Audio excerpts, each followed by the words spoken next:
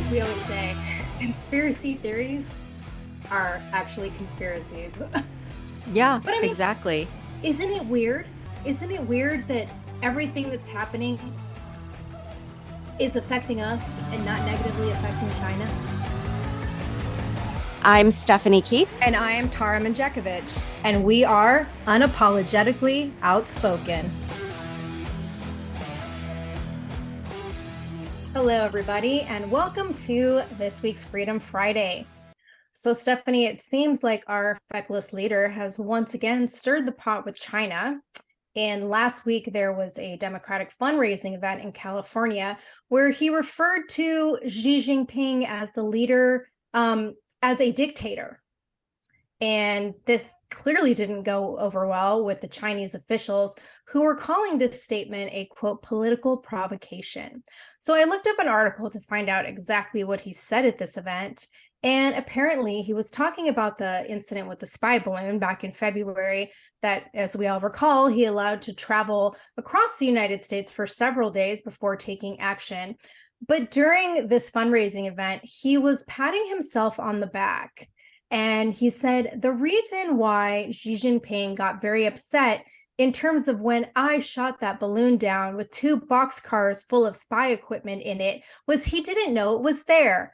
That's a great embarrassment for dictators. When they didn't know what happened, that wasn't supposed to be going where it was blown off course. I'm sorry, but first of all, what the fuck did you say? And no, you dipshit, that is not an embarrassment for China. That is an embarrassment for the United States that you let that shit travel across the country and across military bases for days and acted like it was no big deal. And the only reason you even took action was because it got to the point where so many people were talking about it that it was like unavoidable and you had to do something about it. And frankly, it's also an embarrassment that you would think Americans are naive enough to believe that the leader of the CCP didn't know that a Chinese spy balloon was traveling across the United States. I mean, who is buying any of this shit at this point?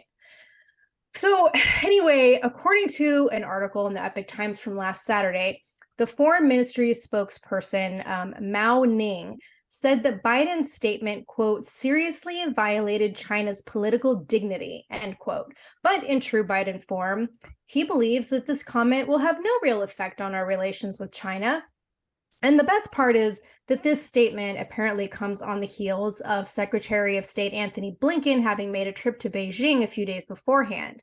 And in an interview with CNN news reporter Dana Bash, she asked him, she said, okay, so you just went to Beijing last week, and it was an attempt to smooth frayed relations with China. And then 2 days later, President Biden called Xi Jinping a dictator, which angered China so much that they issued an official diplomatic reprimand to the US ambassador. Was the president wrong to call Xi Jinping a dictator? And so, in the true evasive fashion of everyone in this fucking administration, Blinken didn't directly answer the question. I'm surprised he didn't say, I refer you to the DOJ. And instead he said, quote, the purpose of my trip at the president's instruction was to try to bring a little bit more stability to the relationship, to demonstrate we're committed to managing it responsibly and to be able to deal very directly with our differences. There's no secret about those differences. There's no secret about concerns we have about democracy, about human rights, about some of the actions China is taking around the world. And Blinken also told the reporter that it was important to maintain a line of communication with China in order to avoid escalation to the conflict we want to avoid. So she asked the question again because he really didn't answer it. And she said, and he replied, quote, the president speaks clearly. He speaks candidly. I've worked with him for more than 20 years, and he speaks for all of us. I'm sorry, but first of all, the president does not speak clearly or candidly. He speaks fucking gibberish and lies, and it's only peppered with honesty when his dementia kicks in and then he goes off script. But in this regard, it pains me to say that he spoke the truth because Xi Jinping is a fucking dictator. And Stephanie, like, am I just confused? Or what is the exact agenda here? Like, we know Biden's in bed with China. We know China has bought up these huge amounts of farmland across the United States. We know that Biden is continuing to rely on China to produce antibiotics and food and supplies and basically all the things we use here in America. And yet he consistently says stupid shit and publicly insults China, stirring up more controversy and making China more of a formidable adversary for the US basically on a daily basis. But then he just blows shit off and laughs about it. Like, what am I missing here? He's just a fucking idiot. Like, the guy clearly has dementia. And I don't think he's following any agenda at this point, like, honestly, because I don't even think he knows what day it is. I don't even think he knows what stage he's on or who he's talking to. Like, he's literally flying off the rails and he's pissing off not only China, but the entire world in the process, as well as pretty much everyone in his own country. And if you think that's bad, wait until you hear about the recent 4-day visit from India's prime minister. This was a doozy. Okay. So, first of all, there is a video of him shaking hands with the prime minister, but then instead of letting go of his hand, he continues to hold his hand and starts walking away while holding the hand of the Indian prime minister.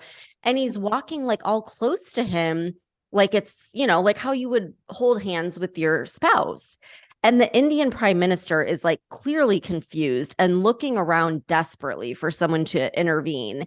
And there comes Jill Biden. She's like literally running after him, trying to get his attention. And he has no idea what's going on, completely ignoring her.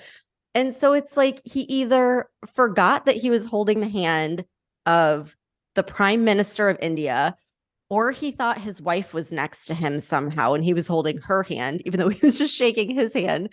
So like he has no idea what the fuck is going on. And it's like, I know he's used to people literally holding his hand to guide him since he can't even figure out how to exit a stage. But to do this with the prime minister of India, like what an embarrassment, just complete humiliation for our country.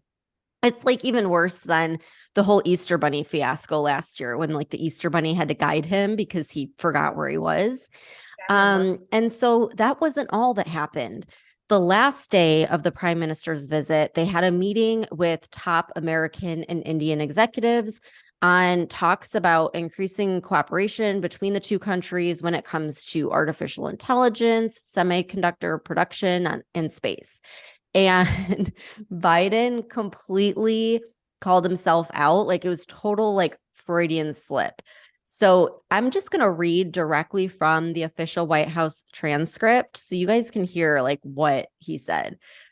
Quote, okay, I was just thanking anyway, I started off without you and I sold a lot of state secrets and a lot of very important things we shared. And Tara, they were like literally laughing at him on camera. Like the Indian prime minister first looked like he was going to intervene. Like again, he looked panicked. Like, what the hell is this guy doing? And then he just looked at someone else in the room and just started laughing. And they were all laughing at him. And if anyone wants to see the video of this, I did post it on our TikTok page at Unapologetically Outspoken. So you can see everyone's reaction and just how embarrassing this is. And it's not even like he was trying to make a joke or anything. Like he just really had no idea what was going on. And the concerning thing about that is every other country is watching this and seeing pure weakness.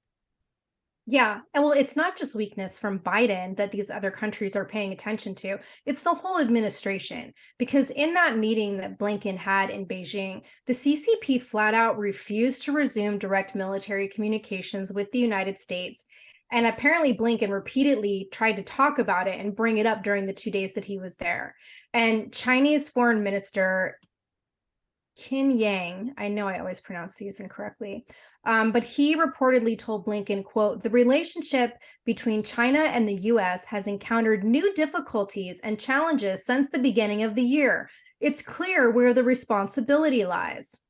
So we mentioned something about this in our last episode about tensions between China and the United States. But since 2021, China has declined or ignored over a dozen requests from Pentagon officials to talk about military communication. So it's obvious they have the upper hand. And even retired U.S. Air Force Brigadier General Robert Spalding recently commented that he believes the CCP might use this military communications channel issue as a bargaining chip to get more concessions from the Biden administration. And in order to give everyone like a clear picture of where we stand with China, I want to read a commentary from an article that came out last week in the Epic Times by author Anders Kaur. And he said, quote, "The CCP's numerous affronts to the US are daunting. Beijing wants to take over Taiwan with force if necessary. It wants both the East and South China Seas. It seeks naval footholds around the world and is threatening the freedom of navigation. The Chinese regime steals as much as $600 billion of intellectual property annually from the United States. It owes trillions of dollars in compensation for the COVID-19 pandemic. The CCP continues to support Russia's war against Ukraine, especially through energy imports. More than 70,000 Americans overdose and die annually from fentanyl, for which the regime supplies precursors to the Mexican drug cartels. Since U.S. Speaker of the House Nancy Pelosi visited Taiwan back in August of 2022, Beijing has refused to engage in counter-narcotics cooperation with U.S. authorities, which makes the CCP culpable for U.S. fentanyl deaths. China has refused to meet with U.S. Secretary of Defense Lloyd Austin, preferring the softer American officials, including Blinken, Secretary of the Treasury Janet Yellen, and Commerce Secretary Gina Raimondo. And so, according to Fox Business, the DOJ announced last Friday that they're going to be charging 4 chemical companies based in China and then 8 Chinese nationals for being part of an international fentanyl trafficking conspiracy. And these indictments allege that the defendants knowingly manufactured, marketed, sold, and supplied these precursor chemicals that are used for making fentanyl in America. And get this, Stephanie, during the investigation, the DEA seized more than 200 kilograms of these precursor chemicals, which is a quantity that a quantity that could contain enough deadly doses to kill 25 million Americans. This is crazy. Like, it's not even overdosing. This is just straight up poisoning people. Yeah, absolutely. And so Merrick Garland is apparently, quote, strongly urging the Chinese government to take decisive action to address the role that Chinese-based chemicals and pharmaceutical companies play in the fentanyl drug production and trafficking, that the U.S. is ready to work together to address this global challenge. And according to the Associated Press, in response, a spokesperson for the Chinese embassy, Liu Pengyu, condemned these charges and accused the U.S. government of seeking to shift the blame for its domestic drug problem. And specifically, Pengyu stated, quote, "The incident was a well-planned entrapment operation by the U.S. side, which seriously infringed upon the legitimate rights of relevant enterprises and individuals. China strongly condemns it." So once again, Stephanie, China has zero respect for the U.S., and shady Merrick Garland chastising China is a fucking joke. And I'm sorry, China condemns it when they're trying to poison us and they get called out on it. Like, are you kidding me? Yeah. Well, the Wall Street Journal published an article that said just one day after the whole visit with Blinken, news came out that China had been negotiating with Cuba around the prospect of building a new joint training facility that would see Beijing's forces located just 100 miles away from the mainland US. And my gosh, like, I felt great about living in Florida until I heard this. And Blinken told reporters that during the visit, he quote, made very clear we would have deep concerns about People's Republic of China intelligence or military activities in Cuba. This is something we're going to be monitoring very, very closely. And we've been very clear about that. And we will protect our homeland. We will protect our interests, end quote. Like, what the fuck kind of a response is that? I mean, it's like Mean Gene saying... Yeah, I was going to say, he and KGP clearly went to the same school of how to respond to the press. Right? Like, they always say, we have been very clear. And it's like, no, you haven't. And why do you say very? Like, that's going to make it like more believable. It's so ridiculous at this point. But then there was one current and one former US official that told the Wall Street Journal the proposed military facility is part of this initiative called Project 141 by China's People's Liberation Army. Man, that was a mouthful. To set up a global network of military outposts that came to light when those leaked secret Pentagon documents came out in April. And one of the documents claimed that there's project proposals for at least 5 overseas bases and 10 logistics support sites by 2030. And the biggest surprise out of this was a military installation in the United Arab Emirates. And that is supposedly already underway. However, the UAE says that the project was suspended last year. So who knows? But the journal said that the White House, shocker, declined to comment. No surprise there. They never have anything to say to the American people, Tara. And it's like, what's worse is the White House National Security Council spokesman, John Kirby, told reporters that the reports weren't accurate. But then 2 days later, the Biden administration came out and confirmed the existence of at least 4 of the Chinese eavesdropping stations in Cuba, dating all the way back to 2019. So it's like, as always, the White House just lies to reporters and evades questions despite there being facts and evidence that are crystal clear. And it's so aggravating. Well, yeah, and remember how when we did that border episode a few weeks ago, and you mentioned about, all these Chinese nationals coming over the border? Mm-hmm. Well, a couple days ago, an article came out in Fox Business about how a foreign policy expert, Gordon Chang, believes that this should be very alarming to people, as it should. And Chang stated, quote, "There are certain Chinese coming in that are really disturbing. Packs of Chinese males of military age, unattached to family groups, pretending not to speak English. These are probably saboteurs who are coming in on the first day of war with Asia." And then last week, Representative Mark Green from Tennessee claimed that over 10,000 Chinese nationals have been apprehended in the fiscal year 2023, which is a massive 300% increase from 2022. And Chang stated that even though some of these people are escaping, China's distressed economy and communism, he said, quote, "I think we're going to see acts of sabotage, assassinations, detonation of bombs, starting wildfires, and the Biden administration is paying no attention to this at all." Well, first of all, I love how we were talking about this weeks ago, and like just now the rest of the world is catching on. But we're already seeing this. Like, we've covered all of these train derailments carrying contaminants and farm explosions, and then the whole thing with the Canadian wildfires. And like, who's to say that that's not sabotage? Like, seems to be happening very frequently, like too frequent to be accidental. And like, I don't know, do you think that could be the source of the sabotage? Like, maybe it's all these people coming into the US that are military age men from China. It's highly possible considering the, quote, coincidental timing of all these things happening. And Chang further stated that, Biden, as we all know, has, quote, horrible diplomacy with China and along the southern border. And he warned that there's only going to be bad outcomes from the Biden administration's policies. He said, quote, "I hope the administration backtracks from that, but we'll have to see. This whole executive order on prohibiting investment in China's tech sector has not actually been issued, and I want to see when that comes. That's going to be the critical test." And then here's something else, Stephanie. This past Sunday evening in Montana, there was another possible spy balloon spotted traveling at 57,000 feet across the eastern part of the state. And of course, the DoD decided not to investigate, claiming that due to the size of the balloon, there was a low probability that it was conducting surveillance.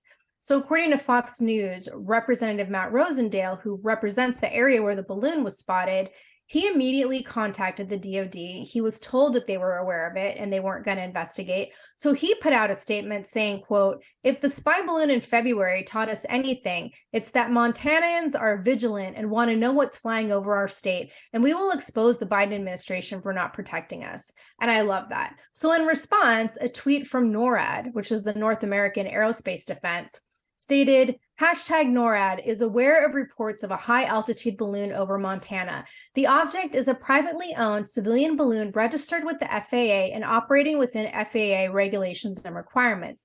Be assured, when an object is suspicious or unknown, NORAD responds. So I couldn't find this. I couldn't find an article to back it up, but I had heard on a podcast that this quote privately owned civilian balloon that was registered with the FAA was from some company that's like not even in existence anymore. So How convenient. right, exactly. How convenient. And then also how convenient, just a day or two before this, the BBC reported new evidence about Chinese spy balloons traveling across East Asia, violating Japanese and Taiwanese airspace. But we're not worried here in the US, like not at all. So once again, this situation with China is way more serious than people seem to understand. And I'm going to play a clip from, my absolute favorite person in the world, Andy Frisella, second only to Senator, or only second to him is Senator Josh Hawley. Your boyfriend. My boyfriend, Josh. Yes. But Andy brings up some great points about our relationship with China. So I want to play this. We're compromised. All right. We have politicians, we have media, we have Hollywood, we have the biggest companies in the world, all bought and paid for in some way, shape, or form by the Chinese government. And the Chinese government seems to have a pass to do anything they want to the United States right now, including sending spy balloons across the United States, including getting most of the countries in the world to shy away from the US dollar and form BRICS, all right, an alliance that's basically against the United States, including sending up to 400,000 military-aged males across the border with this border crisis, okay, including, all right? We could go on and on and on, but every single one of these moves that has been made that we continue to talk about on the show is always in China's favor. Isn't that weird?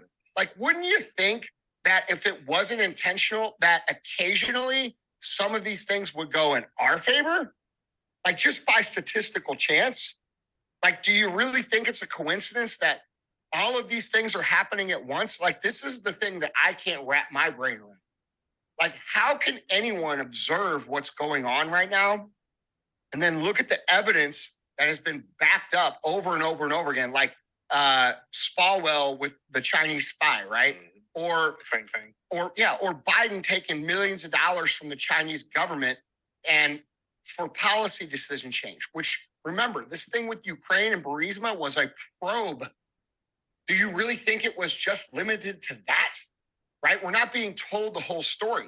And so when you look at all these things that are happening, the devaluation of the dollar, the closing of all the small businesses in 2020 to reroute business to the biggest companies in the world who were happy to be in bed in business with, guess who?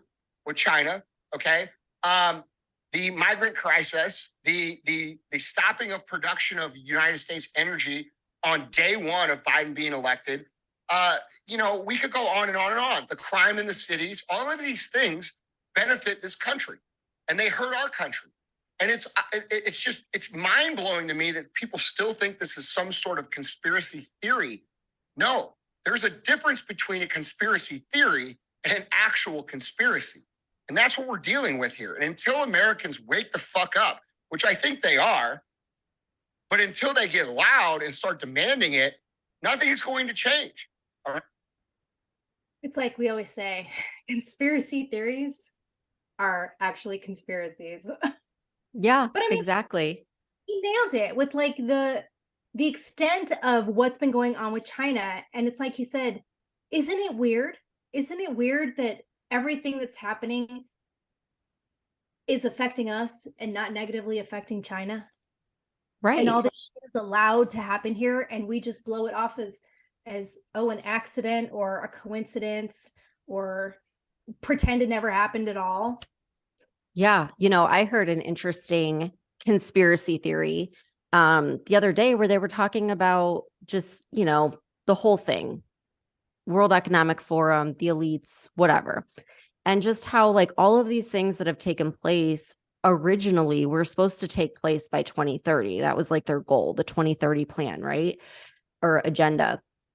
And then when Trump became president, which they've admitted they did not see coming, they never thought that would happen. It like totally screwed up their plans. So they had to kind of like throw everything together a lot quicker. So all of a sudden we get COVID and all these changes happen in like 1 year. And now the goal is like by 2025 to have a lot of these changes implemented. And so it makes sense. Like, I think that everything that's happening has been planned out for a long time. I think there's probably a lot more people than just Biden who have been paid by China and, these other companies and organizations. And he's absolutely right. None of it is benefiting the United States at all. And it's really scary. And if we were going to look at something somewhat positive that I heard today on the Morning Wire, was they were talking about that attempted coup in Russia and how the whole time that was happening, and they were talking about like, overthrowing Putin, China didn't say a word. They stayed quiet. They didn't stand up for Russia. They didn't make a statement until after like everything had been settled and calmed down. And so they were, saying like this could lead you to believe that maybe this relationship between Russia and China isn't as tight as we thought. So that could be positive news. I'm saying that very hesitantly, but we'll just have to see like how their relationship is moving forward. But I do think that whole thing kind of in a small way weakened Putin, but also showed like the entire world that maybe their relationship isn't as tight as we thought. Maybe when push comes to shove, China's going to just let them burn and like not, you know what I mean? So it'll be interesting to see how that all plays out over time.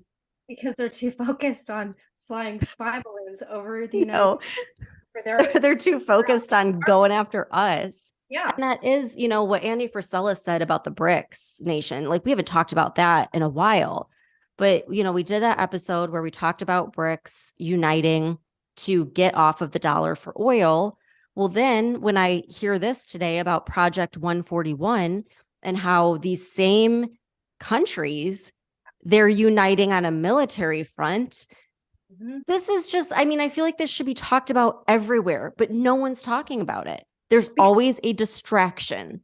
Yeah, right. And that distraction for the last few weeks has been celebrating Pride Month here in the United States or trying to get Trump. Like nobody is looking at what's really fucking going on in this country. We are obsessed with nonsense here. It's a clown show. It's like I always say, this is a clown show government.